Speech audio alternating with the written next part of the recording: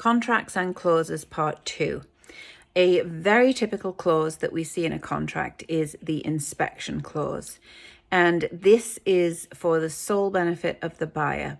We're going to recommend that in a contract, you include the subject to inspection so that you can have peace of mind about knowing what you are spending hundreds of thousands of dollars, if not millions of dollars on. So we're going to recommend that you have a licensed inspector do the inspection.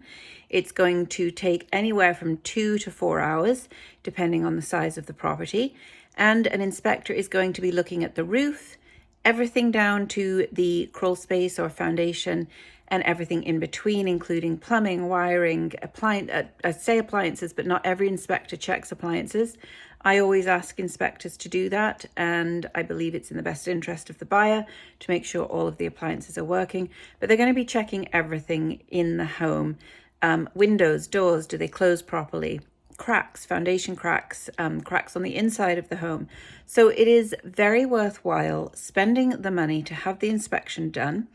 Keep in mind if things crop up that are of concern, these can somehow be remedied or negotiated, whether the seller fixes it, whether there's a small credit for the buyer to fix it, or a large credit, depending on how big the problem is.